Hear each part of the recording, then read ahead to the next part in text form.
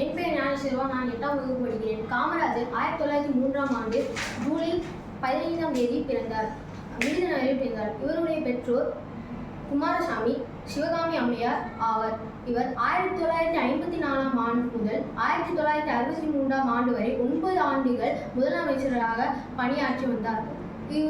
இவரின் ஆட்சி காலம் தமிழகத்தின் பொற்காலம் என்று அழைக்கப்படுகிறது. ஆங்கிலேயர் காலத்தில் 7% இருந்த கல்வி கற்றோரின் எண்ணிக்கை இவரது ஆட்சி காலத்தில் 37% உயர்ந்தது. இவரை கர்ம வீரர், படிக்காத மேதை, கல்வியின் தந்தை, தென்னாட்டின் காந்தி என பல சிறப்பு பெயர்களை கொண்டு அழைப்பர்.